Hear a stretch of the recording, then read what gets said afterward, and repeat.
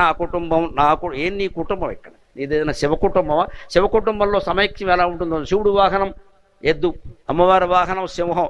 ఒక్క చూపు సింహం ఎద్దుకే చూస్తే శివుడు అమ్మవారు ఇద్దరు ఉండరు ఇక్కడ. సింహానికి ఎద్దు శత్రువు.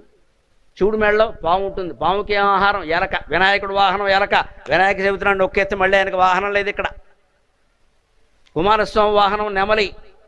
శివుడు మెడలో పాము ఉంటుంది. ఒక్కసారి ఆ నెమలు బయటకు వచ్చి పామును మింగేస్తే ఏమి లేదు, శివుడికి ఆభరణాలు లేవు, మళ్ళీ లలిత జ్యువెలరీ పోవాల్సిందే. ఇంత వైరం ఉందండి శివ కుటుంబంలో. ఒక వాహనానికి ఇంకో వాహనానికి పడదు. పరమశత్రువులందరూ కలిసి ఉన్నారు. ఎందుకు తెలుసా? భగవత్ సన్నిధిలో ఉన్నారు. కారణం అది, భగవత్ సన్నిధిలో ఉన్నారు. ఇంత సామరస్యం. పరస్పర శత్రువులు ఏ జంతువుకి ఇంకో దాంతో పడదు. అవన్నీ కలిసి కాపురం చేస్తున్నాయి ఇక్కడ. మనం ఇక్కడ పెళ్లి చేసుకుని మంత్రపూర్వకంగా 2 కోట్లు ఖర్చు పెట్టి పెళ్లి చేసుకున్నాం, 2 ఏళ్ళు కాపురం చేయలేకపోతున్నాయి ఇక్కడ.